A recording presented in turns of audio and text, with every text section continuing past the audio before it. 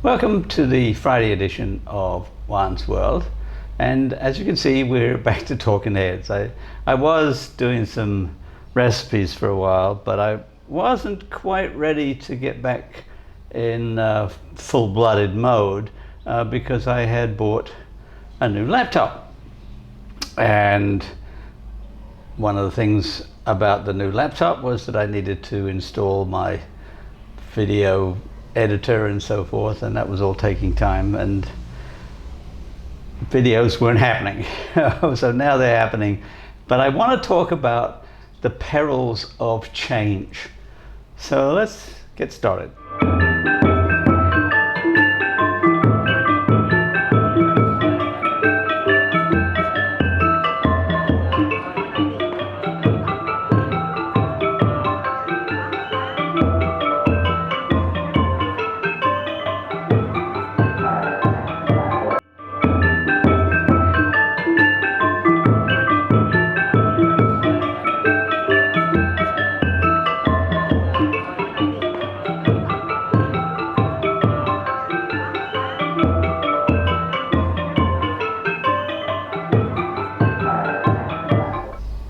So just about a week ago, I bought a new laptop. Finally had to do it, but before I did, I went through an awful lot of machinations to try to keep hold of the one that I had, even though it was failing miserably. It had been failing for quite a long time. It was secondhand when I bought it, and I bought it 5 years ago from a shop that I really like a lot because they have a very big repair shop and they're very knowledgeable on laptops, certain kinds of laptops. So when I bought it 5 years ago, it seemed okay. It had a couple of glitches to it, but it also had a ton of apps already loaded on it, so I could just get straight onto it, because my previous laptop had failed miserably. The hard drive had quit. And I had the laptop before that one, but it has no battery because the old battery died, and it was such an inconvenient version of the laptop and the battery just wasn't replaceable. So I can use it, but I have to have it plugged in all the time. And if I have an outage, which happens all the time, then it just goes out. There's no there's no leeway. So this time, my laptop, has been like gradually failing. The battery started expanding. I think probably because I had it plugged in too much. I don't know. But anyway, that started lifting the touchpad, so that eventually the touchpad wouldn't work properly. So I had to use a mouse. And then about a month ago, the E key started failing. It would work sometimes and not other times. And then the C key started doing the same. So I had all kinds of things I had to do. One of them was that I installed a wireless keyboard, and that helped a little bit.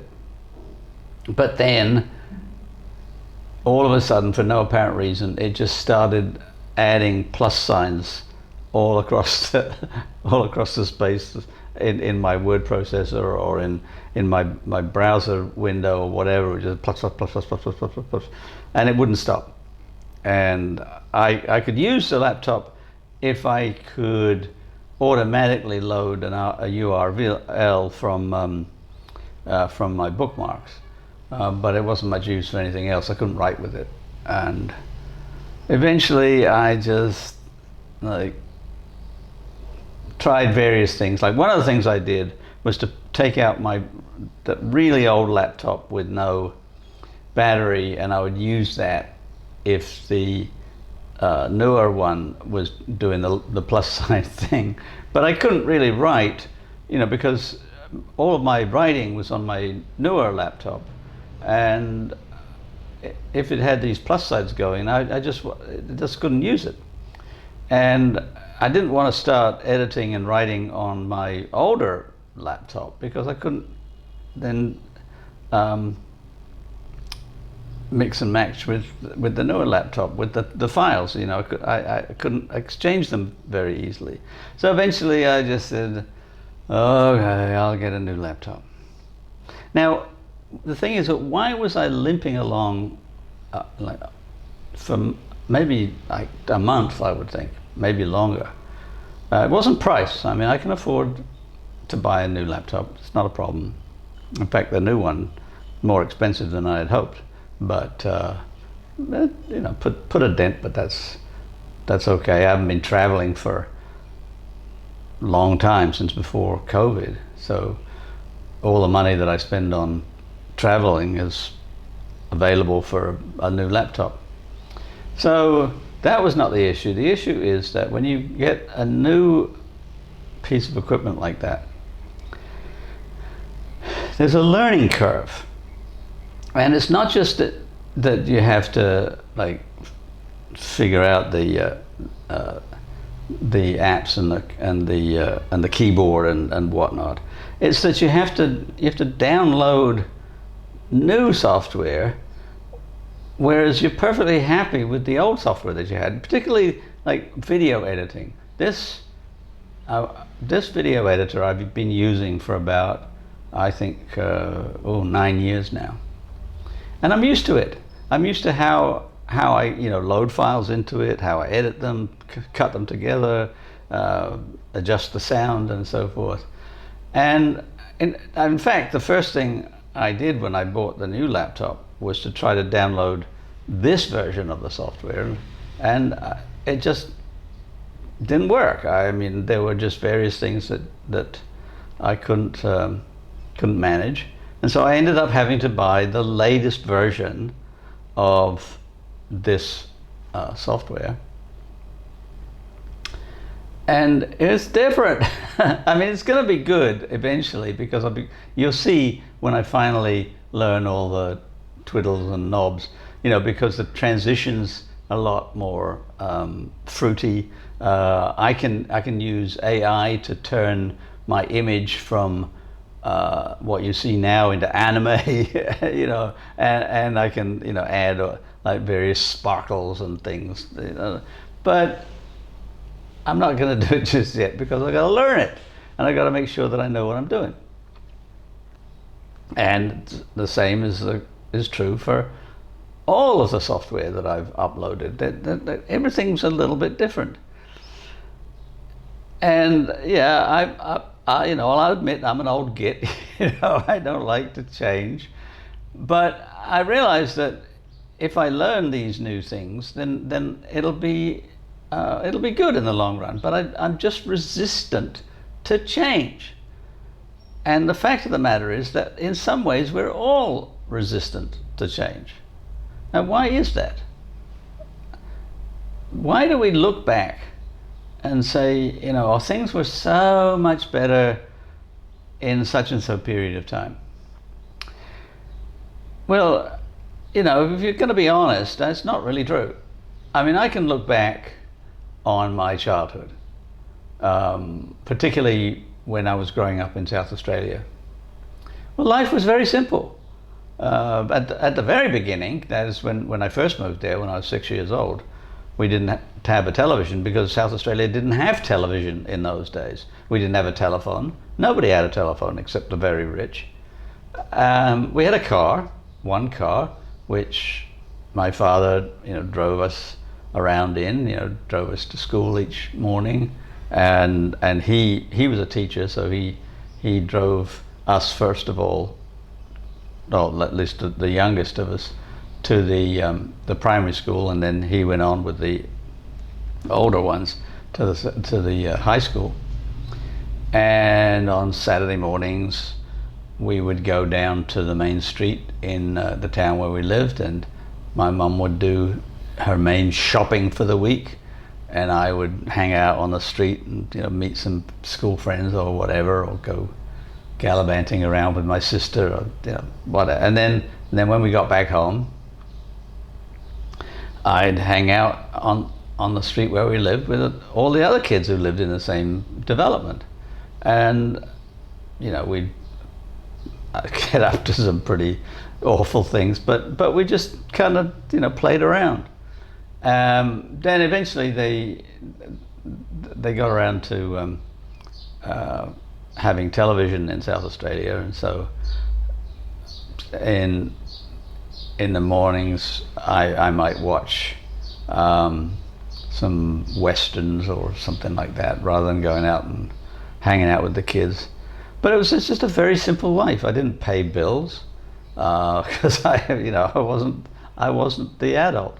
I just went to school and played.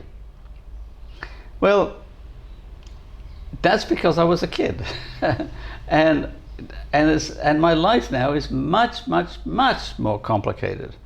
First of all, because I have to pay all the bills, which means I used to have a job that I went to a lot, and I never had enough money, so I was always scraping by, and then I had a son, and I had less money, and so on and so forth. And it's very easy to just kind of project back to a time that was simpler, like a time before we had personal computers. It was cheaper, certainly. I mean, like every time I buy a computer, I have to shell out a lot of money. Although, another interesting thing is that the laptop that I just bought, I paid about the same for it as I paid for my very first personal computer, which had no hard drive, 2 floppy drives, and on board the motherboard was 128K of memory.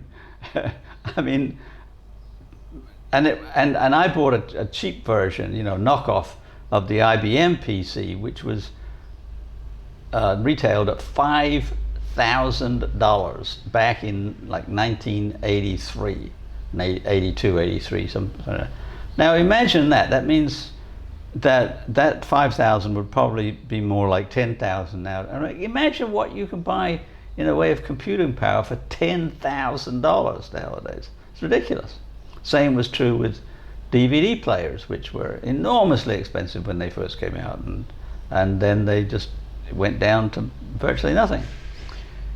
Well, the way I'm thinking about it is that my life is both more complex and simpler. It's got to be nuanced. You can't just say, oh, I wish I could go back to the time before there were computers. I don't want that. I like the internet. I like being able to have streaming services and have just about everything I need in the way of books and journal articles available online through my university. I can, decide I want to read such and so article on the archaeology of Judah, and boom, there it is. Whereas in the old days I would have to go to my university library, and if they had the journal I could find the article, but if they didn't have the journal, then I had to use interlibrary loan to order a copy from another university, which might take a week or more. Now I can do it instantly, and I can do it at 2 a.m. I couldn't go to my library in New York at 2 a.m. I mean, there's so many things that I can do that I wasn't able to do then. But it comes at a price.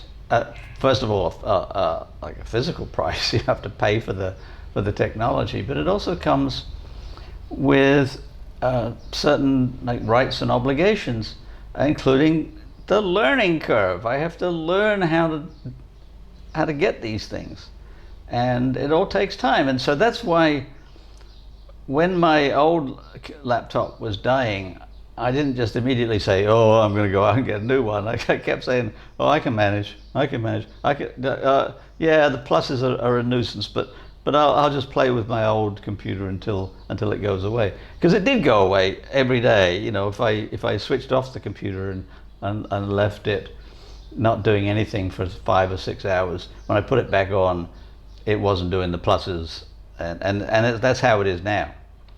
So it's very strange. But you can, the learning curve the newness, the change, I just get resistant to. And some people are much, much more resistant than others. Like, I know some people who've lived pretty much in the same town, sometimes even in the same house, as they've lived in all their lives. Like, they can do a lot of things that they never could do. You know, they can fly to different places for holidays and so forth. But they are very happy to be in the same town for 70 years. I'm not. I like to move. In fact, because of COVID, I ended up being pretty much stuck in Cambodia, and now I'm on a roll with all of my publications, and so I'm not likely to move anytime soon. And I sort of don't want to. I mean, I've got to that phase of saying, like, yeah, I've moved enough, you know, because I've lived in South America, North America, Europe, Australia, Asia, East Asia, Southeast Asia. You know, I've lived in, I think, about 15 different countries on 5 continents in my life. And so I know how to do it. But nowadays I keep thinking, yeah, I'm getting kind of old for this. You know, I just bought myself a nice new oven, and I don't want to leave it behind. I had to do that when I moved to an apartment at a university in China. I got all set up in my new apartment when they hired me, and then the police refused my work visa, so I ended up having to leave, which meant I had to sell the oven, I had to sell all the kitchenware that I'd bought, and I'm not sure that I'm ready to do that again. But the more general point is that some people just don't like anything to change ever. And you see that in the political sphere. And that's what, in a certain sense, the conservative wing of governments is about, is conserving the past, or even going back to the past. Like, I'm not going to mention any names, but that's pretty much one of the features of one of the candidates for presidency in the United States right now. Like, we want to go back to how things were. And, you know, various journalists will ask people on the street, well, when do you want to go back to? 1950s, 1960s, you want to go back to segregation? And a lot of them say, well, yeah, we do. That was a good time for us, you know, because we're white middle class. Wasn't okay for a lot of people. But it was comfortable for those people. And now it's not comfortable for them anymore. But here's the sad truth. You can't turn the clock back. You have to accept change. And if you don't like the change, then do something about it. Don't just moan. That's the norm in a lot of the countries where I live, where people just moan about how things are changing. Well, things change. And here in Cambodia, I'm hoping that a lot of things will change, because the Pol Pot era was awful, and it's still with us today. The economy, education, politics, and so forth are all mired in the past, and we need to move on. So there's my rant on a Friday. Just embrace change, and also embrace my videos. Tell your friends, please like, please subscribe, and I'll see you on Tuesday. Maybe with a new recipe, don't know, but have a good weekend.